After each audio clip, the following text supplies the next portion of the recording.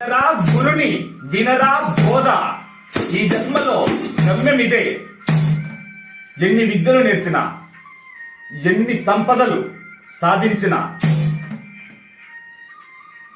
గురువు యొక్క గురుసేవ బినా నిర్వాణ నహి, ప్రేమ భక్తి బినా ఉద్ధార నహి, హరినామ బినా పరమాత్మ నహి. ఏక్ నిరంజన్ దో సుఖీ తీన్ గడబిడా. ఏక్ నిరంజన్ నిత్యం నిత్య నిర్వికల్పమై నిత్య నిరాకారమై ప్రకాశించే పరిపూర్ణ బ్రహ్మ సాక్షి. నిత్యం సత్యం శివం సుందరం. మరి దోసుకి ఇద్దరుంటే సుఖం, మూడో వాడు అంటే ముగ్గురు మనసులు కాదు అర్థం. ఆడ 300 మంది ఉన్నా నష్టం లేదు.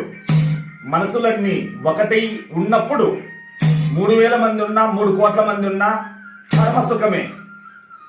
గిట్టని మనసు మూడవది ఉంటే నచ్చని మనసు అక్కడే పచ్చడి చేసి పెడుతుంది. కనుక పండగలు ఎన్నో ఉన్నాయి. దసరా పండగ ఎందుకు? దశమి అంటే దశేంద్రియాల జ్వాల. 10,00,000 కోటి కరణి నాదుండై గజరాజు విహరించేవాడు. అంటే అర్థం అహంకారం అనే గజరాజుకు 10 లక్షల కోట్ల విషయ వాసనలనే రాణులుంటాయి. కనుక ఈ గజాన్ని ఎవడైతే జయిస్తాడో వాడు అజమై అఖండ పరబ్రహ్మాకారమై శోభిస్తాడు. సుదర్శన చక్రం అంటే జ్ఞాన దర్శనం.